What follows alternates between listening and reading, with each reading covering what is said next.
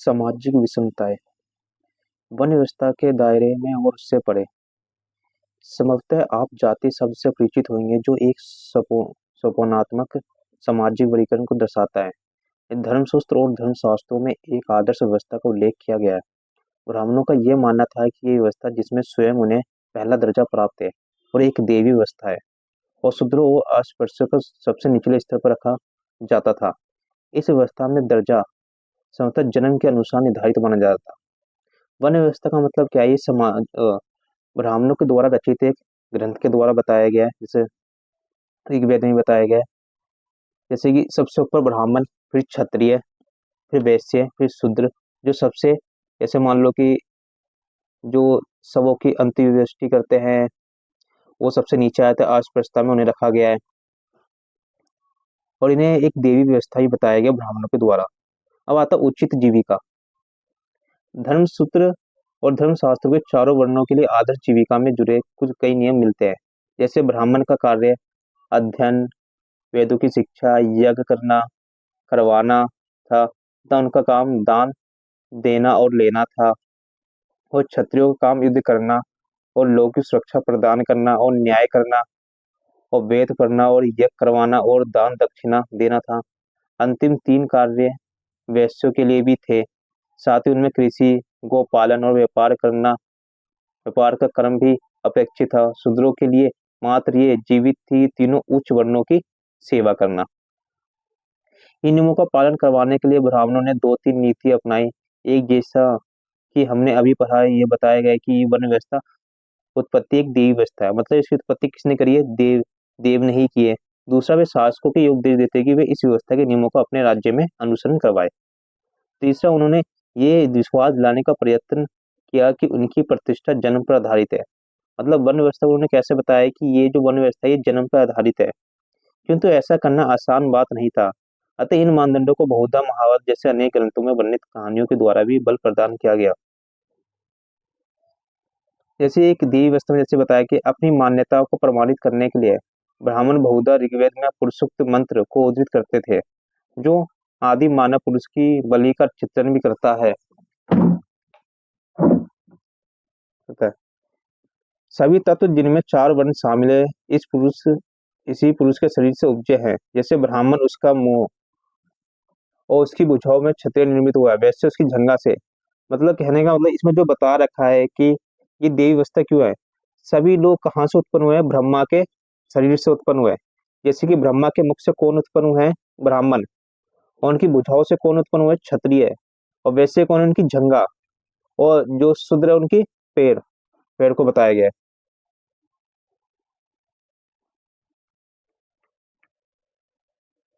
अब आता है उचित सामाजिक कर्तव्य। ये आप देख लेना।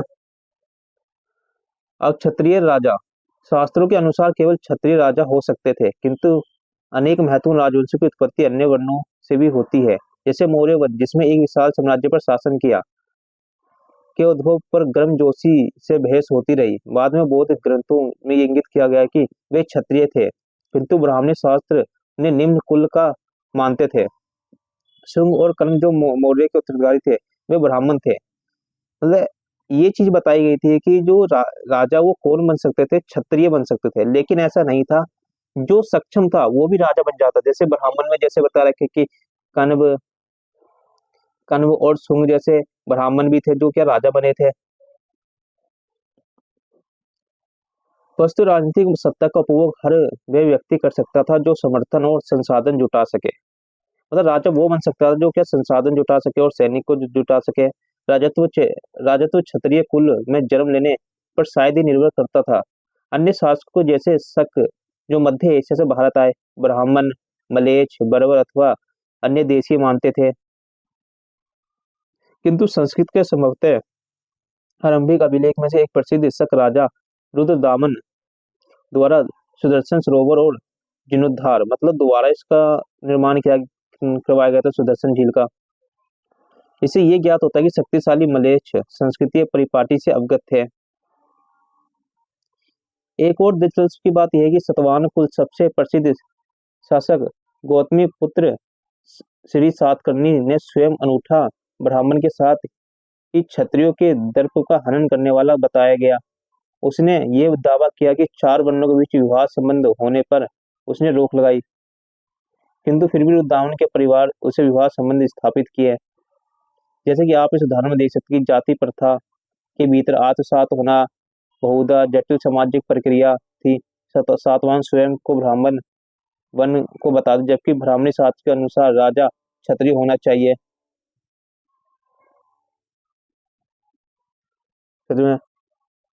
वे चतुर्वर्णीय व्यवस्था की मर्यादा बनाए रखने का दावा करते थे, किंतु साथ ही उन लोगों को वैवाहिक संबंध में भी स्थापित करते थे जो इस वर्ण व्यवस्था से बाहर थे, और जैसे हमने देखा वहां अंतर्विवाह पद्धति का पालन करते थे, ना कि बहिर्विवाह का जो ब्राह्मणी ग्रंथ प्रस्तावित था। कहने का मतलब समझना कि हाँ की जो सतवाहन थे ये खुद को ब्राह्मण बताते थे, लेकिन ये देखा है तो जो ब्राह्मण के द्वारा जो ग्रंथ लिखे गए थे ये उनका अनुसरण नहीं करते थे। वही अंतर्विवाह पे ज्यादा ध्यान देते, अंतर्विवाह करते थे, बहिर्विवाह नहीं करते थे ये। और जैसे कि बता रखा है कि इनके जो प्रतापी शासक थे वो कौन थे, गौतमीपुत्र श्री सातकर्णी थे, जो जिनमें बताया कि ब्राह्मणों क्या करते थे, दमन करते थे। जाति और सामाजिक गतिशीलता, ये जटिलता समाज के वर्गीकरण के लिए शास्त्रों में प्रयुक्त एक और शब्द जाति से भी स्पष्ट होती है कि ब्राह्मणी सिद्धांत में वर्ण की तरह जाति भी जन्म पर आधारित थी, किंतु वर्ण मात्र चार थे, भाई जाति की कोई निश्चित संख्या नहीं थी। वस्तु यहाँ कहीं भी ब्राह्मणी व्यवस्था का नए समुदाय से आमने सामना हुआ, उदाहरण जंगल में रहने वाले निषाद या फिर व्यवसायिक वर्ग जैसे स्वर्णकार, जिन्हें चार वर्णों वाली व्यवस्था में समाहित करना संभव नहीं था। अब जाति का उदय कैसे हुआ? ब्राह्मण ने क्या करा, समाज को चार वर्णों में तो विभाजित कर दिया, लेकिन जब उनके सामने एक कठिनाई और आना शुरू हो गई, जैसे कि जंगल में काम करने वाले जैसे निषाद आ गए, ठीक है, सोनार हो गए, बढ़ई हो गए, लोहार हो गए, अब इनको कैसे जगह दी जाए चार वर्णों व्यवस्था में? उन्होंने क्या करा, एक जाति के नाम मतलब इनको जाति में बांटना शुरू कर दिया। वे जाति जो एक जीविका अथवा व्यवसाय से जुड़ी थी, उन्हें कभी कभी श्रेणियों में भी संगठित कर दिया जाता था। हालांकि इन समुदाय के इतिहास का लेखा जोखा हमें कम ही प्राप्त होता है, किंतु कुछ अपवाद है, जैसे मंदसौर मध्य प्रदेश से मिला अभिलेख, इसमें रेशम के बुनकरों की एक श्रेणी का वर्णन मिलता है। इसमें जो मंदसौर है, मंदसौर से मिला एक अभिलेख, उसमें क्या, रेशम के बुनकरों की एक श्रेणी का वर्णन मिलता है। बोलते हैं जैसे लाट जो गुजरात में है, इस प्रदेश के निवासी और वहां मंदसौर चले गए थे, जिसे एक समय में दसपुर के नाम से जाना जाता है। ये कठिन यात्रा था, उन्होंने अपने बच्चों के बांधवों के साथ संपन्न कि उन्होंने वहां के राजा की महानता के बारे में सुना था, अतः वे उसके राज्य में बसना चाहते थे। यह अभिलेख जटिल सामाजिक प्रक्रियाओं की झलक देता है तथा श्रेणियों के स्वरूप के विषय में अंतर्दृष्टि प्रदान करता है। हालांकि श्रेणी की सदस्यता शिल्प में विशेषता पर भी निर्भर करते हैं, मतलब श्रेणी में जो जो लोग रहते थे, मतलब वो कौन कितना माहिर था ये भी इस पर निर्भर करता था। कुछ सदस्य अन्य जीविका भी अपना लेते थे। इस अभिलेख से ये भी ज्ञात होता है कि सदस्य एक व्यवसाय के अतिरिक्त और चीज भी सहभागी भी थे, मतलब जो अलग अलग प्रकार के जो लोग काम करते थे, जिसमें वो क्या विशेषज्ञ भी थे, वो क्या करते थे, मतलब अलग वो काम करने के साथ साथ कुछ और भी काम किया करते थे वो। जैसे सामूहिक रूप से उन्होंने शिल्प कर्म से अर्जित धन को सूर्य देवता के समान में मंदिर बनवाने पर खर्च किया। चार वर्णों के परे एकीकरण, उपमहाद्वीप में पाए जाने वाले विविधताओं की वजह से यहाँ हमेशा से ऐसे समुदाय रहे जिन पर ब्राह्मणी विचारों का कोई प्रभाव नहीं पड़ा। संस्कृत साहित्य में जब ऐसे समुदाय का उल्लेख आता है तो उन्हें कई बार विचित्र, असभ्य और पशुवत चित्रित किया गया है। मतलब उपमहाद्वीप में ऐसी भी विविधता पाई गई जिसमें क्या ऐसे भी समुदाय थे जो ब्राह्मणी विचारों का कोई प्रभाव नहीं पड़ा, मतलब ब्राह्मणी जो विचार थे या जो ब्राह्मणी धर्म करते, धर्म सूत्र या धर्म शास्त्र उनको नहीं मानते थे। उन्हें क्या बोला जाता था, विचित्र, असभ्य और पशुवत से चित्रित किया जाता था उन्हें। कुछ उदाहरण वर्ण प्रांतर में बसने वाले लोगों के हैं जिनके लिए शिकार और कंदमूल संग्रह करना जीवन निर्वाह का महत्वपूर्ण साधन था। निषाद वर्ग जिन्हें एकलव्य से जुड़ा माना जाता था, जो निषाद वर्ग थे वो किससे माना, एकलव्य से जुड़ा माना जाता। इसी का एक उदाहरण है यावर पशुपालक के समुदाय को भी शंका की दृष्टि से देखा देखा जाता था, क्योंकि उन्हें आसानी से बसे हुए कृषि कर्मियों से साँचे का अनुरूप नहीं डाला जा सकता था। यदा कदा उन लोगों ने असंस्कृत भाषी थे, उन्हें मलेच्छ कहकर है दृष्टि से देखा जाता था। लोग जंगल में रहते थे, जो पशुपालक काम करते थे या कृषि कर्मी थे, उन्हें किस नाम से बोला जाता? मलेच्छ कहकर है की दृष्टि देखा जाता, किंतु इन लोगों के बीच विचार और मतों का आदान प्रदान होता था। उनके संबंधों के स्वरूप के बारे में हमें महाभारत की कथाओं से ज्ञात होता है। चार वर्णों से परे अधीनता और संघर्ष। ब्राह्मण कुछ लोगों को वर्ण व्यवस्था वाली सामाजिक प्रणाली के बाहर मानते थे। साथ ही उन्हें समाज के कुछ वर्गों अस्पृश्य घोषित कर सामाजिक वैषम्य को और अधिक प्रखर बनाया। ब्राह्मणों का यह मानना है कि कुछ कर्म खास तौर से वह जो अनुष्ठानों के संपादन से जुड़े थे, लेकिन पुनीत और पवित्र थे। अतः अपने को पवित्र मानने वाले लोग अस्पृश्य से भोजन नहीं स्वीकार करते थे।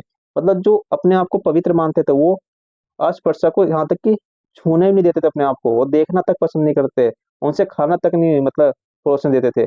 पवित्रता के इस पहलू को ठीक से विपरीत कुछ कार्य ऐसे थे जिन्हें खासतौर से दूषित माना जाता था, जैसे शवों की अंत्येष्टि, मृत पशुओं के छूने वाले चंडाल कहा जाता था।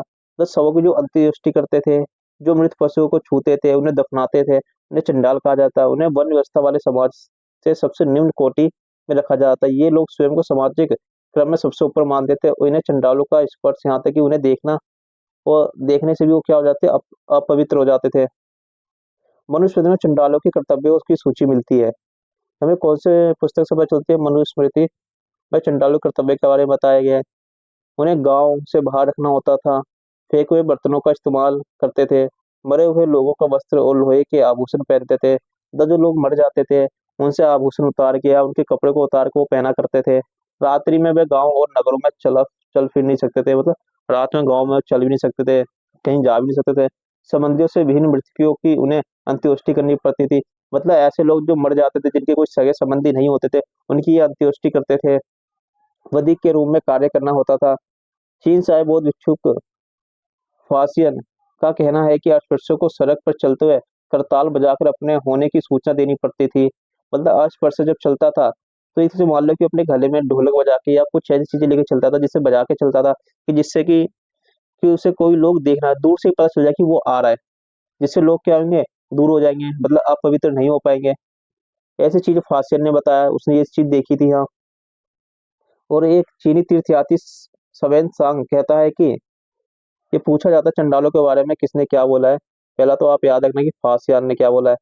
जो बना हुआ अब आता है सवेन सांग की बधी और सफाई करने वाले नगरों को बाहर रहना पड़ता था। ये अभ्रमान्य ग्रंथों में चित्रित चंडालों के जीवन का विश्लेषण करके इतिहासकारों ने यह जानने का प्रयास किया है कि क्या चंडालों ने शास्त्रों में निर्धारित अपने इन जीवन को स्वीकार कर लिया था। यदा कदा इन ग्रंथों के चित्रण और ब्राह्मणी ग्रंथों में हुए चित्रण में समानता है, परंतु कभी कभी हमें एक विभिन्न सामाजिक वास्तविकता का भी संकेत मिलता है।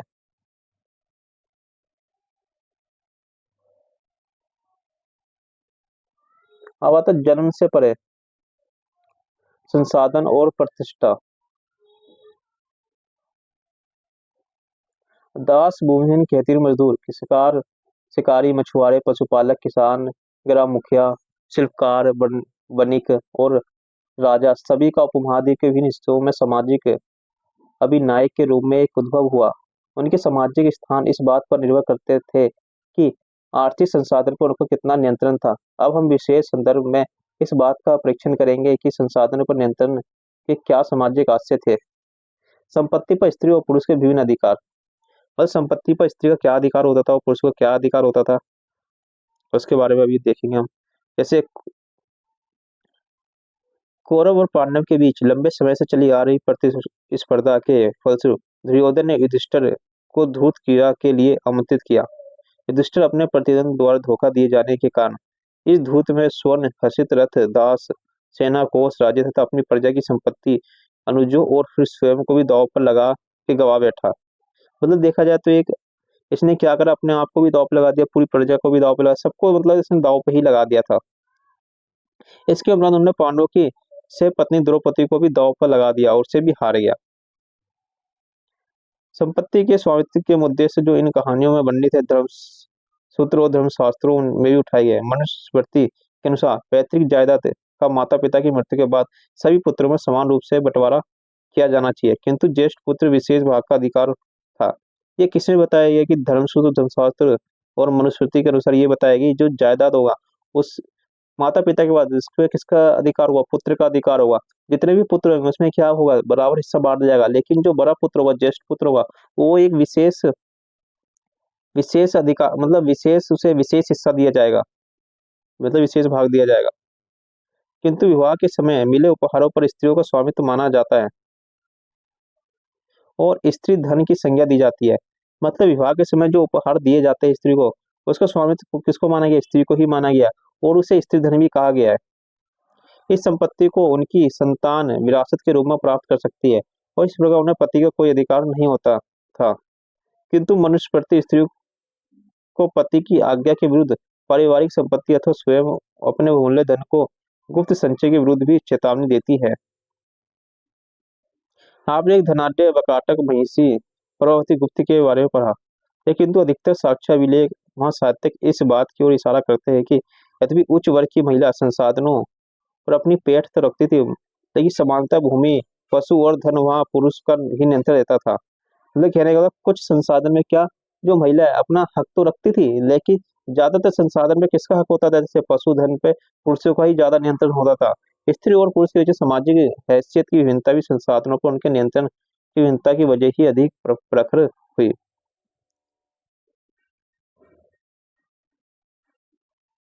स्त्री और पुरुष किस प्रकार की संपत्ति को अर्जित कर सकते थे। पुरुष के लिए मनुस्मृति कहती है कि धन अर्जित करने के लिए 7 तरीके हैं, जैसे विरासत विरासत खोज, खरीद, विजित करके, निवेश कार्य द्वारा तथा सज्जनों द्वारा दी गई भेंट स्वीकार करके।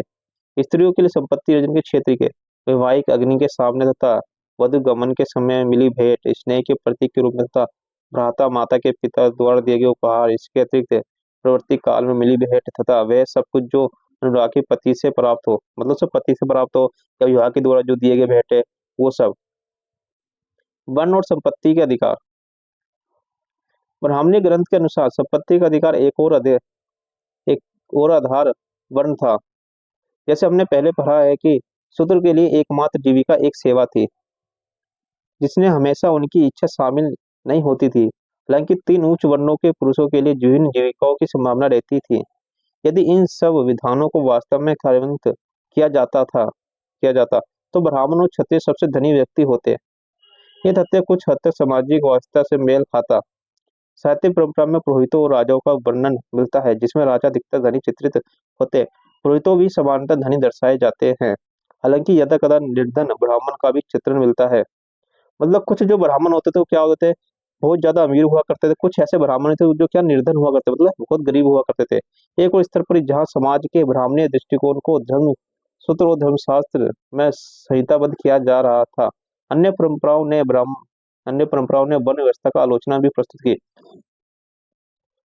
अगर देखा जाए तो धर्म और धर्मसूत्र के अनुसार जो चीज भी इसमें बताई गई उनसे की आलोचना भी की गई है। इनमें से सर्वविदिता आलोचना भी प्रारंभिक बौद्ध धर्म से ही विकसित हुई। बौद्धों ने इस बात को अंगीकार किया कि समाज में विषमता मौजूद थी, किंतु ये भेद न हो तो नैसर्गिक थे और न ही स्थायी। बौद्ध के नए जन्म के आधार पर सामाजिक प्रतिष्ठा को अस्वीकार किया। मतलब जो बौद्ध धर्म का जब उदय हुआ तो उन्होंने क्या करा, जो ब्राह्मण के द्वारा जो बनाए गए 4 वर्ण थे उनको उन्होंने क्या कर दिया, मना कर दिया, मतलब मानने से मना कर दिया, इनकार कर दिया। उन्होंने एक अलग ही तो देखा तो बौद्ध धर्म की स्थापना कर दी, जिसमें सभी को बराबर माना जाता है। अब आते हैं एक वैकल्पिक सामाजिक रूपरेखा संपत्ति में भागीदारी। अभी तक हम उन परिस्थितियों का परीक्षण करते रहे हैं जहां लोग अपनी संपत्ति के आधार पर सामाजिक प्रतिष्ठा का दावा करते थे या फिर उन्हें वह स्थिति प्रदान की जाती थी। किंतु समाज में अन्य संभावनाएं भी थी। वे स्थिति जहाँ दानशील आदमी का सम्मान किया जाता था तथा कृपण व्यक्ति अथवा वह जो स्वयं अपने लिए संपत्ति संग्रहण करता था घृणा का पात्र होता था। मतलब बताया गया जो संपत्ति को दान करता है, संपत्ति जो देता था वो क्या, वो दानवीर कहलाता था, मतलब कृपण व्यक्ति कहलाता था। और जो दान लेता था वो एक घृणा का पात्र भी हो जाता था, जो संपत्ति ग्रहण करता था। जैसे प्राचीन में तमिलकम का एक ऐसा क्षेत्र जहाँ उपरोक्त आदर्शों को संजोया जाता था। जैसा हमने पहले पढ़ा है कि क्षेत्र में 2000 वर्ष से पहले अनेक सरदारियां थी। यहाँ सरदार अपनी प्रशंसा गाने वाले चारण और कवियों के आश्रयदाता होते थे। तमिल भाषा के संगम साहित्य में संग्रह में सामाजिक और आर्थिक संबंधों का भी अच्छा चित्रण है, जो इस ओर इंगित करता है कि हालांकि धनी और निर्धन के बीच विषमताएं थी। जिन लोगों को संसाधन में नियंत्रण था, उन्हें ये अपेक्षा की जाती कि वे मिल बांट कर उसका उपयोग करें। मतलब जिनका संसाधन में ज्यादा हक था, उनको उनसे ये अपेक्षा की जाती है वो संसाधन का क्या करें, मिल बांट के मतलब उसका उपयोग करें।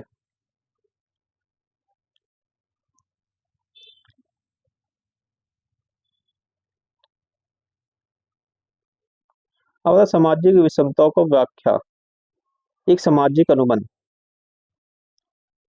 बोध ने समाज में फैली विषमताओं के संदर्भ में एक अलग अवधारणा प्रस्तुत की। साथ ही समाज में फैले अंतर्विरोधियों को नियमित करने के लिए जिन संस्थाओं की आवश्यकता थी, उस पर भी अपना दृष्टिकोण सामने रखा। सूत पिटक नामक ये क्या बौद्ध ग्रंथ है। इसमें कई सारे मिथक वर्णित है जो ये बताते हैं कि प्रारंभ में मानव पूर्णतः विकसित नहीं थे। वनस्पति जगत अविकसित था। मतलब इसमें बताया कि जो मानव था वो पूरी तरीके से विकसित नहीं थे, लेकिन सबसे पहले जो था वनस्पति विकसित थे। वनस्पति जगत अविकसित था। सभी जीव एक निर्बाध लोक में रहते थे और प्रकृति से उतना ही ग्रहण करते जितना एक समय में भोजन की आवश्यकता होती थी। पहले बताया गया है कि जो मानव जो रहते थे वो सिर्फ प्रकृति से उतना ही ग्रहण करते जितना उन्हें की आवश्यकता होती थी, किंतु ये व्यवस्था क्रमशः परिवर्तनशील हुई और मनुष्य अधिक लालची, प्रतिहिंसक और कपटी हो गया। इस स्थिति में उन्होंने विचार किया कि क्या हम एक ऐसे मनुष्य का चयन करें जो उचित बात पर क्रोधित हो, जिसकी प्रताड़ना की जानी चाहिए, उसको प्रताड़ित करे, जो जिसे निष्कासित किया जाना हो उसे निष्कासित करे, बदले में हम उसे चावल का अंश देंगे। सब लोग द्वारा चुने जाने के कारण उसे महासम्मत की उपाधि भी प्राप्त हो गई। इसमें यह ज्ञात होता है कि राजा का पद लोगों द्वारा चुने जाने पर निर्भर करता था। जैसे कर वह मूल्य था जो लोग राजा की इस सेवा का बदले में उसे देते थे। मतलब जो राजा का उदय होता कैसा हुआ था, समाज में सब लोग एक साथ रहते थे, लेकिन उन्होंने क्या करा, अपने में से एक ऐसे लोग को चुनना जो अपने ऊपर क्या करे, शासन करे, मतलब हमारी सेवा करे, हमारा ठीक है। वो सेवा के बदले वो क्या देते थे, कुछ मतलब फल, मतलब कुछ भी ऐसे दे देते जो एक मान लो आज कर के रूप में उन्हें दिया जाता था, जैसे दान दिया जाता था। इस आर्थिक सामाजिक संबंधों को बनाने के मानवीय क्रम का बड़ा हाथ था। इससे कुछ और हास्य भी है कि उदाहरण यदि मनुष्य स्वयं एक प्रणाली को बनाए रखने के लिए जिम्मेदार थे तो इससे में उसमें परिवर्तन भी ला सकते थे। बात है साहित्यिक स्रोतों का इस्तेमाल। इतिहासकार और महाभारत। यदि आप इस अध्याय के स्रोतों की ओर गौर करें तो आप पाएंगे कि इतिहासकार किसी ग्रंथ का विश्लेषण करते समय अनेक पहलुओं पर विचार करते हैं तथा इस बात का परीक्षण भी करते हैं कि ग्रंथ किस भाषा में। अगर साहित्य स्रोतों का इस्तेमाल करा जाए, अगर देखा जाए तो इतिहासकार किसी भी साहित्य स्रोतों का इस्तेमाल करते इतिहास को पुनर्व्याख्या करने में, तो सबसे पहले वो देखते हैं ग्रंथ जो किस भाषा में लिखा गया है, जैसे पाली, प्राकृत अथवा तमिल जो आम लोगों द्वारा बोली जाती थी, या अथवा संस्कृत जो विशिष्ट रूप से पुरोहितों द्वारा खास वर्ग द्वारा प्रयोग में लाई जाती थी। इतिहास का ग्रंथ के प्रकार भी ध्यान दिए जाते हैं कि क्या इसमें ग्रंथ में मंत्र है या अनुष्ठानिक कार्य के द्वारा पढ़े जाते थे, क्या ये उच्चारित किए जाते या कथा ग्रंथ था ये, और तथा ये दिलचस्प होने पर जिन्हें दोबारा सुनाया जा सकता था। इसके अलावा इतिहासकार लेखकों के बारे में क्या जानने का प्रयास करते हैं, जिनके दृष्टिकोण और विचारों ने ग्रंथों का रूप दिया। इन ग्रंथों में श्रोताओं का भी इतिहास का परीक्षण करते थे कि इन्हें लोग सुनते थे या नहीं सुनते थे, क्योंकि लेखकों ने अपनी रचना करते करते श्रोताओं का भी अभिरुचि पर ध्यान दिया होगा। इतिहास का ग्रंथ के संभावित संकलन, रचना काल और उसकी सहानुभूति का भी विश्लेषण करते हैं। इन सब मुद्दों का जायजा लेने के बाद इतिहासकार किसी भी ग्रंथ का विषय वस्तु का इतिहास के परिमाण के लिए इस्तेमाल करते हैं।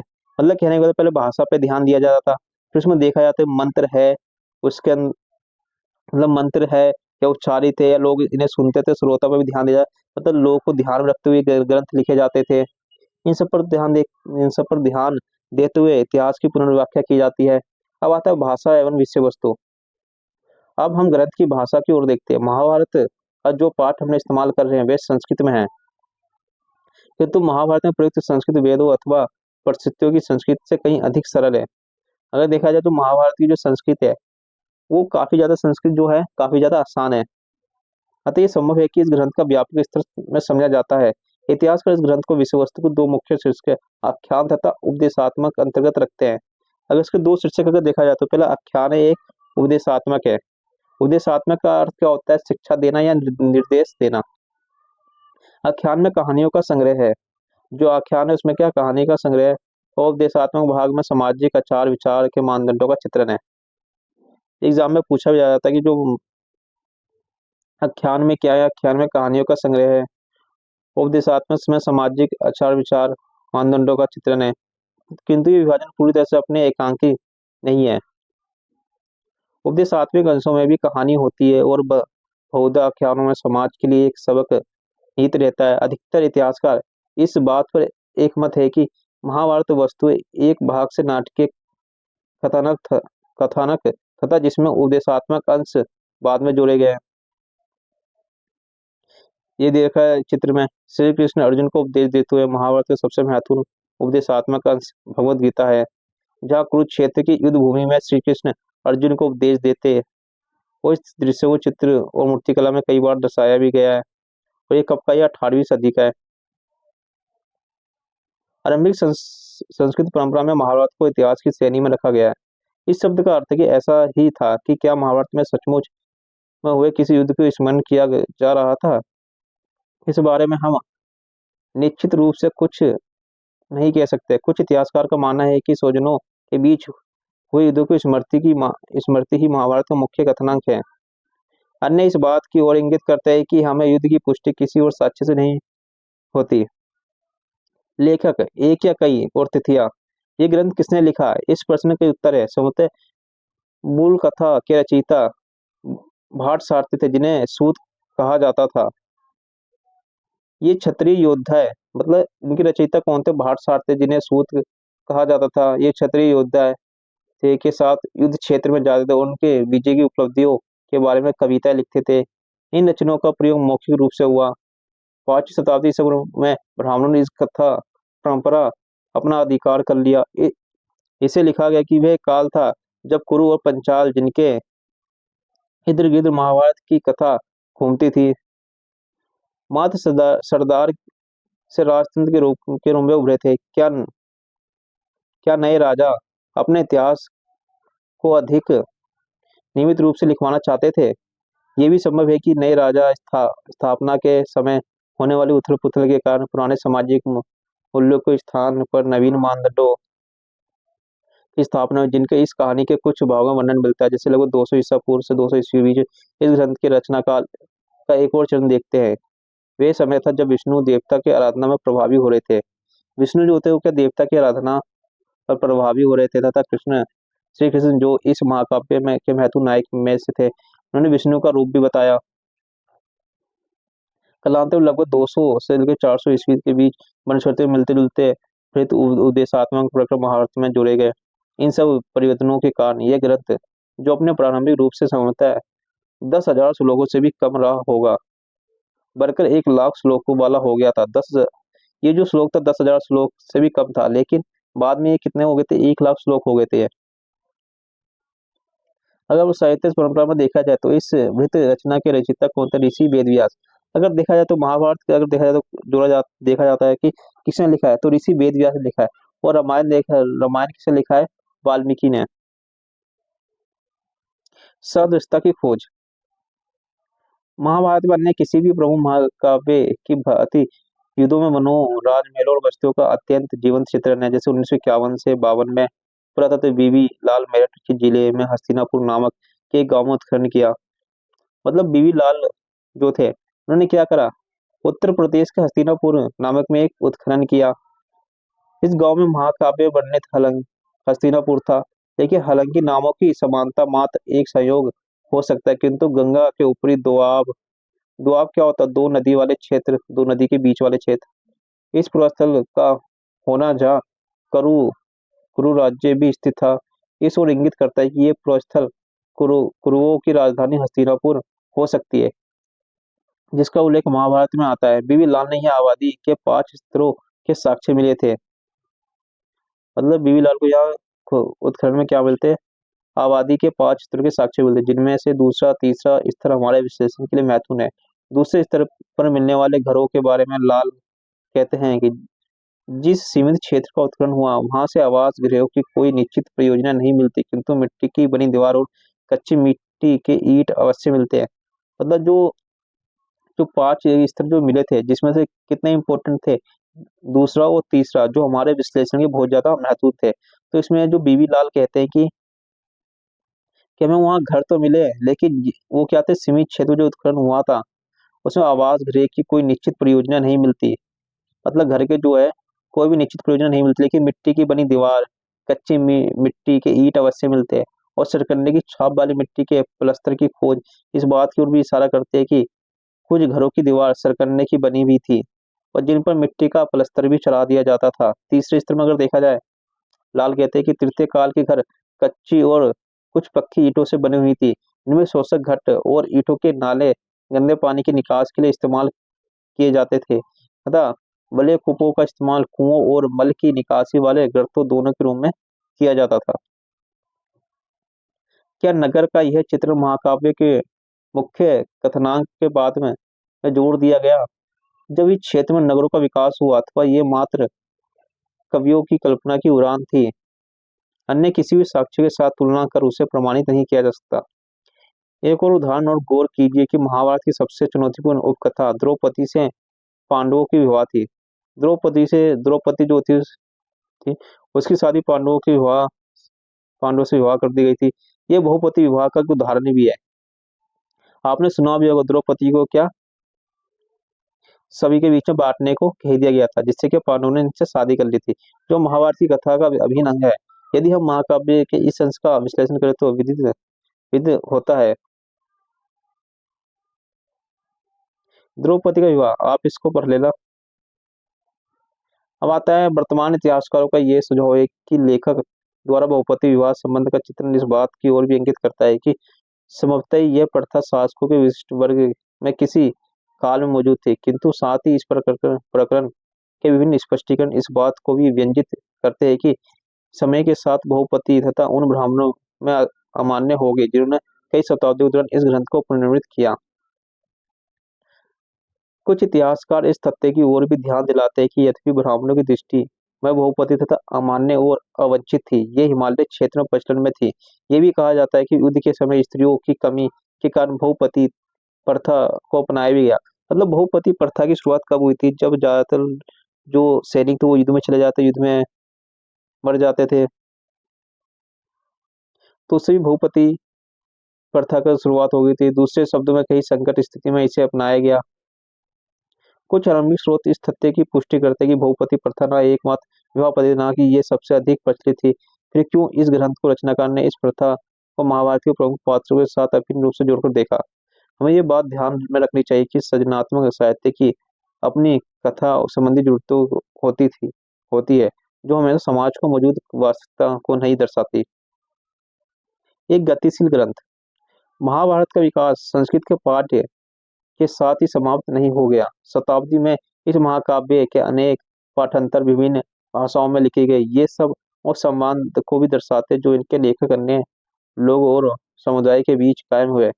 अनेक कहानियों जिनका उद्भव एक क्षेत्र विशेष में हुआ और जिनका खास लोगों के बीच प्रसार हुआ, वे सब इस महाकाव्य में समाहित कर ली गई। साथ ही इस महाकाव्य की मुख्य कथा अनेक पुनर्व्याख्या में की गई। इसके प्रसंगों की मूर्तिकला चित्रों को भी दर्शाया गया। इस महाकाव्य में नाटकों और नृत्य कलाओं के लिए विषय वस्तु प्रदान की गई। मतलब जो एक गतिशील ग्रंथ कहा गया, जो देखा है, तो कई सारे इसमें जो महाकाव्य है उनको दिखाया गया, उन्हें उनकी पुनर्व्याख्या की गई। जो यहाँ से मूर्तिकल चित्र है उनको भी दर्शाया गया। महाकाव्य में नाटक और नृत्य कलाओं को भी विषय वस्तु प्रदान की गई। इस महाकाव्य में पुनर्व्याख्या में मुख्य कथा वस्तु को बहुत ही सृजनात्मक ढंग से प्रस्तुत किया गया। हम ऐसे एक उदाहरण का उल्लेख करते हैं। महाभारत के एक प्रसंग का रूपांतरण समसामयिक बांग्ला लेखिक महाश्वेता देवी ने भी किया था। महाभारत, जैसे इसमें बता रहा है कि महाभारत का जो एक रूपांतर किसने, समसामयिक बांग्ला लेखिका महाश्वेता देवी ने भी किया था, जो शोषण के विरुद्ध अपनी आवाज उठाने के लिए प्रसिद्ध थी। मतलब महाश्वेता देवी जो है किस लिए प्रसिद्ध थी? अपने शोषण के विरुद्ध भी उन्होंने आवाज उठाई थी। इस उदाहरण में उन्होंने महाभारत की एक मुख्य कथा वस्तु के लिए अन्य विकल्प खोजे, उन्हें प्रश्नों की ओर ध्यान खींचा जिन पर संस्कृत पाठ पूर्णतः मुख्य है। संस्कृत पाठ में दुर्योधन द्वारा पांडवों की छल लच्छागृह में जलाकर मार देने का उल्लेख भी आता है। अगर संस्कृत पाठ में अगर देखा जाए तो दुर्योधन द्वारा पांडवों को छल लच्छागृह जलाकर मार देने का भी उल्लेख आता है, किंतु पहले से मिली चेतावनी के कारण पांडव उस गृह के सुरंग खोदकर बाहर निकलते हैं। उस समय कुंती एक भोज का आयोजन करती है जिससे ब्राह्मण आमंत्रित होते हैं, किंतु एक निषादी भी अपने 5 पुत्रों के साथ उसमें आती है। खा पीकर वह गहरी नींद में सो जाते हैं और पांडव द्वारा लगाई गई आग में वह लच्छागृह में भस्म हो जाते हैं। जब उस निषादी उसके पुत्र के जले शब्द मिलते हैं तो वे लोग सोचते हैं कि पांडवों की मृत्यु हो गई है। अपनी लघु कथा जिसका शीर्षक कुंतियों निषादी है, वहाँ श्वेता देवी ने कथानक का प्रारंभ वहां से किया जहाँ महाभारत के इस प्रसंग का अंत होता है। उन्होंने अपनी कहानी का संयोजन एक वन प्रांतर में किया जहाँ महाभारत के युद्ध के बाद कुंती रहने लगती है। कुंती पास अब अपने अतीत के विषय में सोचने का समय है। पृथ्वी जो प्राकृतिक प्रतीक उससे बात करते हुए अब अपनी त्रुटियों को अंगीकार करती है। प्रतिदिन वह निषादों को देखती है जो वन में लकड़ी, शहद, कंदमूल आदि एकत्रित करने आते हैं। एक निषादी बहुधा कुंती को पृथ्वी से बात करते हुए सुनती है। एक दिन वातावरण में कुछ था, जानवर जंगल छोड़कर भाग रहे थे। कुंती ने देखा कि निषाद उन्हें ताक रही है। जब उसने ये पूछा कि क्या लच्छागृह की याद है, तो कुंती शक पका गई। उन्हें याद था कि क्या उन्हें एक वृद्ध निषादी और उसके 5 पुत्र याद थे और इसकी स्मृति थी कि कुंती ने उन्हें मदिरा पिलाई थी, इतनी कि वे सब बेसुधा हो गए जबकि वह स्वयं अपने पुत्रों के संग बचकर निकल गई। कुंती ने पूछा, क्या तुम वह निषादी हो? उसने उत्तर दिया कि मरी हुई निषादी उसकी साथ थी। साथ ही वे बोली कि अपने अतीत पर विचार करते समय तुम्हें एक बार भी उन 6 निर्दोष लोगों की याद नहीं आई जिन्हें प्राणों के साथ हाथ धोना पड़ा, क्योंकि तुम अपनी और अपनी पुत्रों की जान बचाना चाहते थे।